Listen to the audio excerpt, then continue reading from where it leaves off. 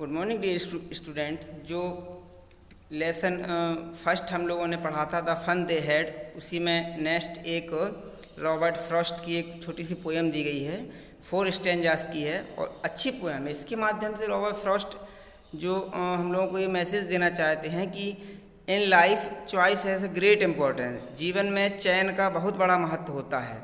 कभी कभी एक अच्छा चयन हमारे जीवन को बदल कर रख देता है।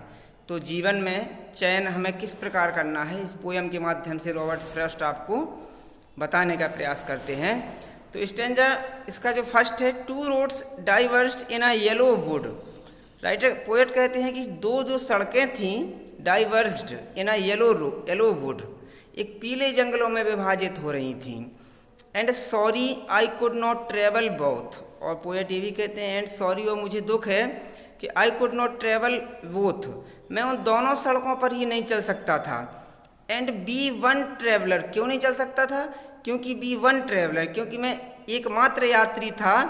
लॉन्ग आई स्टूड, अब एक यात्री 2 सड़कों पर थोड़ी चल पाएगा। तो वो कह रहे हैं कि मैं दोनों सड़कों पर नहीं चल सकता था क्योंकि मैं एकमात्र जो है यात्री था।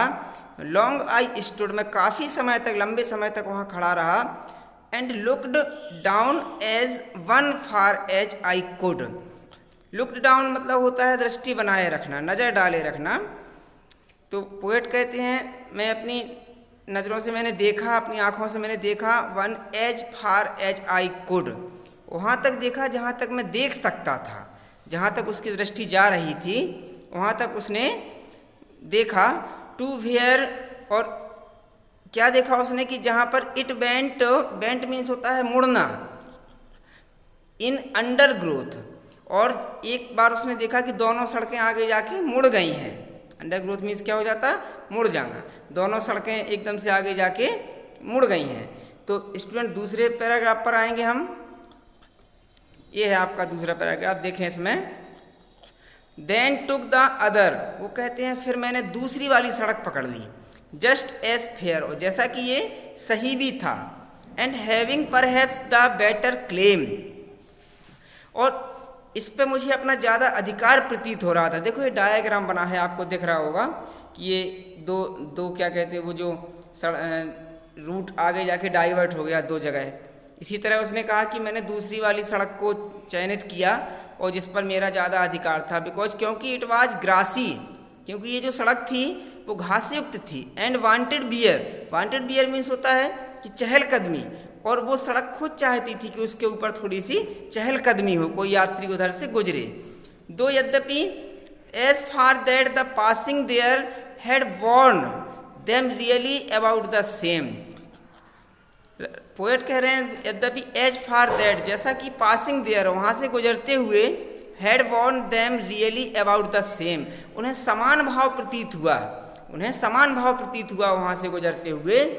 तो स्टूडेंट तीसरे पैराग्राफ पे हम आते हैं। तीसरा स्टेंजा इसका है एंड बोथ दैट मॉर्निंग, और उसी सुबह, और एंड बोथ, और दोनों सड़कें, दैट मॉर्निंग, उस दिन, इक्वली ले, समान रूप से पड़ी हुई थी। In leaps no steps, in leaps no step had trodden back, trodden कहलाता है पैर से कुचल जाना, और ऐसी सड़कें वो थीं कि लग रहा था कि एक पत्ती भी किसी के पैर से नहीं कुचली गई है।